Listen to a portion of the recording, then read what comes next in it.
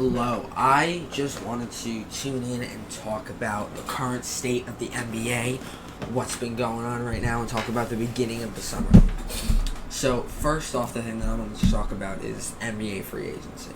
So, obviously, we've had a couple big moves, we've had a couple unexpected moves, and then we've had a couple small moves.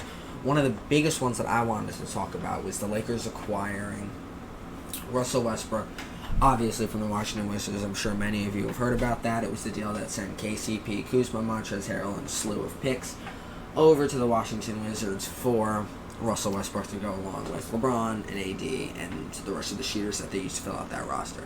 So I feel like what's an underrated piece of this whole trade and the whole free agency so far is the Washington Wizards situation.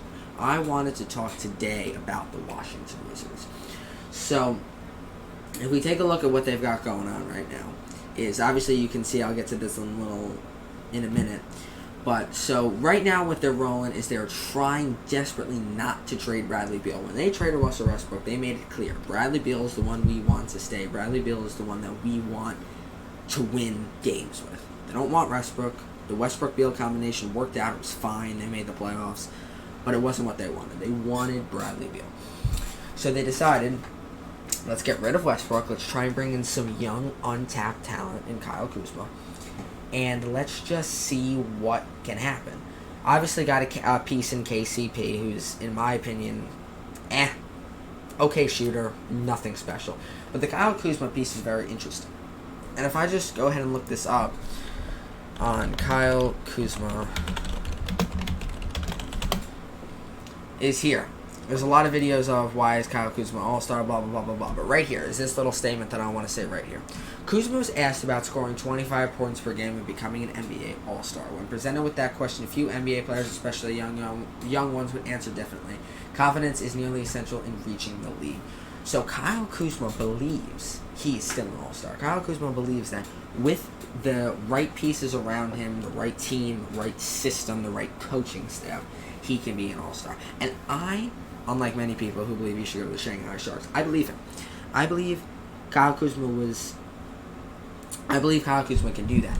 And I think Washington has got a lot more on their plate than they think they do, in a good way. So they throw out a lineup of Spencer Dinwiddie, who right here at the bottom they stole from the Brooklyn, not really stole from the Brooklyn Nets, but they signed from the Brooklyn Nets because the Brooklyn Nets really have no need for them anymore. They are in absolute win now mode, and Spencer Dinwiddie was part of that 2019 playoff run, and he's just not important to their team right now. So Washington picks up pieces in a Spencer Dinwiddie. They pick up Kuzma. They pick up Montrezl Harrell, who has placed second in Sixth Man of the Year conversations. Very, very, very underrated pickup. So you're gonna see a lineup for Washington next year is you can run Dinwiddie at the 1 or the 2. They're probably going to choose to run him at the 1 unless they decide to pick up another point guard. So you're going to throw out a lineup of Spencer Dinwiddie at your 1, Bradley Beal, who is second in scoring of the entire league, Stephen Curry, as your 2. Your 3 is Kuzma. You still have Denny Avdia, who is that very promising rookie last year that broke his leg against Golden State. You still have pieces like that. You still have younger pieces. You have Raul Neto. You have Matthews. And I'm not entirely sure who they're going to go ahead and throw out there as their 4, but then you still have Montrezl Harrell as your 5. That is a playoff team. Spencer Dinwiddie, although he's coming off that surgery for his knee, I don't remember exactly what was wrong with him, but anyways. Spencer Dinwiddie, Kyle Kuzma, who I believe will do good things for this organization. Then you have obviously your Bradley Beal, who's your star. You can shop for a new 4. You can do whatever you want for that position. And then you have your Montrezl Harrell. You have your KCP off the bench. It's a solid, solid team. So I believe that the underrated winning team of this offseason is the Washington Wizards. And I believe they will be a playoff team next year. And then just a couple more things I wanted to run through with the free agency before I get over to Summer League is these little big, if you say, pieces to free agency. Sure, there's more. Sure, there's bigger ones, but this is just the ones that they decided. Curry on the extension. Curry signing a 4-year, $215 million extension. He wants to stay in Golden State. That wasn't a surprise. That was probably the most understandable and not surprising piece of this entire offseason. Nuggets re-sign Will Barton, who you've been staring at this whole time. I don't think anybody really cares. He was terrible in the series against Phoenix where they got swept. Okay, cool. Schroeder to the Celtics is the interesting one. Obviously declining the 4-year, $84 million extension with the Lakers believing he was worth a max. Yeah, right. So he signs, what, a $6.8, $6.9 million deal with the Celtics. Underrated pickup for the Celtics because, yes, Dennis Schroeder had a bad playoff run against the Suns last year for the Lakers, but he's still a quality NBA player who has proven himself in the past, and I think that is a nice signing for the direction that the Celtics franchise wants to go. Pelicans send Lonzo to the Bulls. Everybody should know about this one.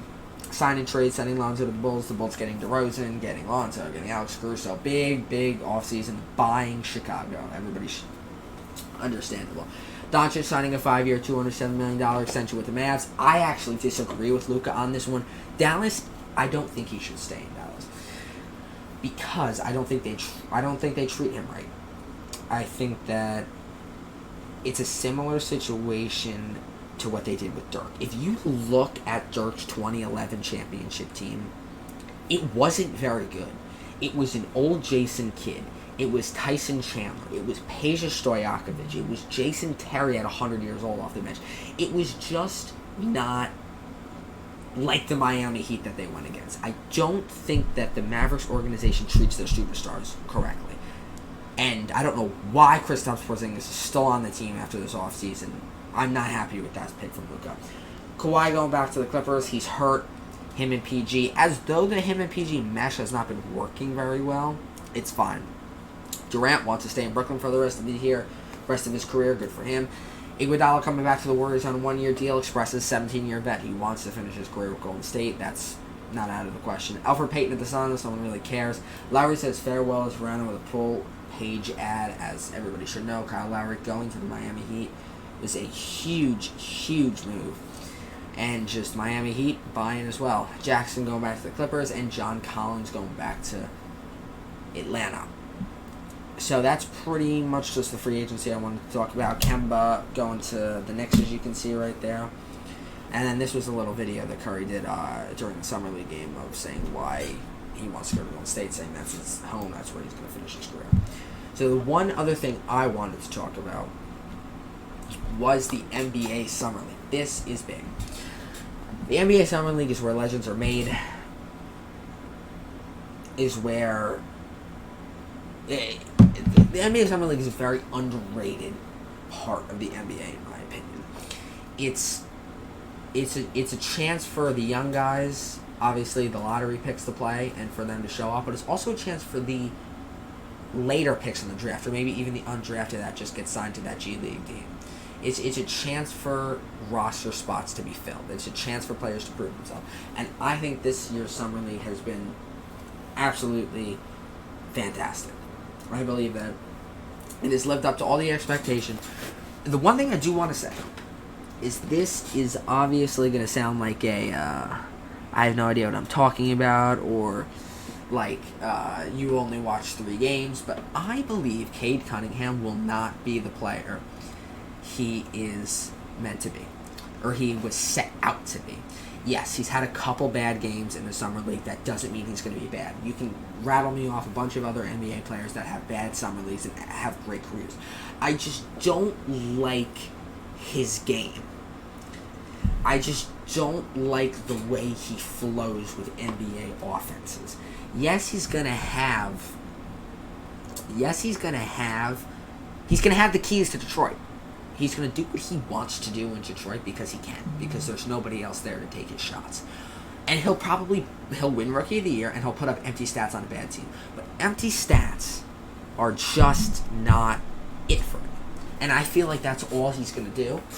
And obviously, he can't help that. He got drafted to a bad team. But I am a Cade Cunningham not lover. I'm a Cade Cunningham hater, if you would say. I just don't like his game. I like Jalen Green's game much better. I think Jalen Green should have gotten a number 1 overall, and when he kicked his ass in the Summer League game, I think he believes he should have went number 1 overall. So I do believe Jalen Green should have probably been picked over Cade Cunningham. It's just there was too much hype around Cade. There was no way he was falling out of the number 1 spot.